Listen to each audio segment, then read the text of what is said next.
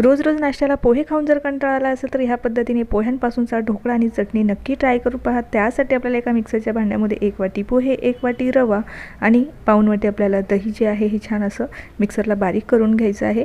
त्यातच आपल्याला हिरवी मिरची, लसूण, अद्रक टाकून पुन्हा एकदा याची फाईन पेस्ट तयार करायची आहे। लगेचच चवीनुसार मीठसुद्धा टाकायचं आहे आणि आपल्याला मस्त अशी पेस्ट तयार करून घ्यायची आहे। तयार केलेली जी पेस्ट आहे ती 10 मिनिटं आपण झाकून ठेवायची, तोपर्यंत बाकीची तयारी करून घ्यायची। 10 मिनिटानंतर मिश्रणामध्ये 2 चमचे खाण्याचं तेल टाकायचं, 1 मिनिटासाठी फेटून घ्यायचं। त्यानंतर आपण यामध्ये 1 अख्खं इनोचं पॅकेट टाकायचं आणि व्यवस्थित पुन्हा एकदा मिक्स करून आपल्याला हे शिजण्यासाठी ठेवायचं आहे। पाणी अगोदरच उकळवून घ्यायचं। त्यानंतर आपल्याला हे मिश्रण जे आहे ते 15 ते 20 मिनिटासाठी छान असं शिजवून घ्यायचं आहे। मिश्रण शिजलं की पूर्णपणे थंड करून त्यावरती कोमट तडका घालून घ्यायचा आणि ढोकळा जो आहे हा कट करून घ्यायचा आहे। संपूर्ण रेसिपी अश्विनी अन्नपूर्णा किचन या यूट्यूब चॅनलवरती अपलोड केलेली आहे, तर डिटेलमध्ये पाहण्यासाठी अश्विनी अन्नपूर्णा किचनला नक्की भेट द्या।